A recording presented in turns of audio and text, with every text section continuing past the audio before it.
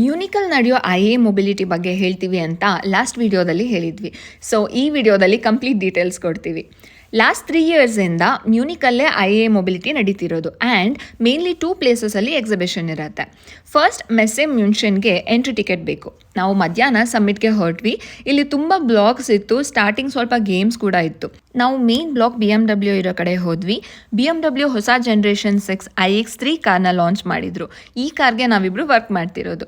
Car ಮಾತ್ರ ನೋಡೋಕೆ super ಆಗಿದೆ. ಆಮೇಲೆ ಬೇರೆ ಕಂಪನಿ ಕಾರ್ಸ್ ಕೂಡ ನೋಡೋಕೆ ಹೋದ್ವಿ.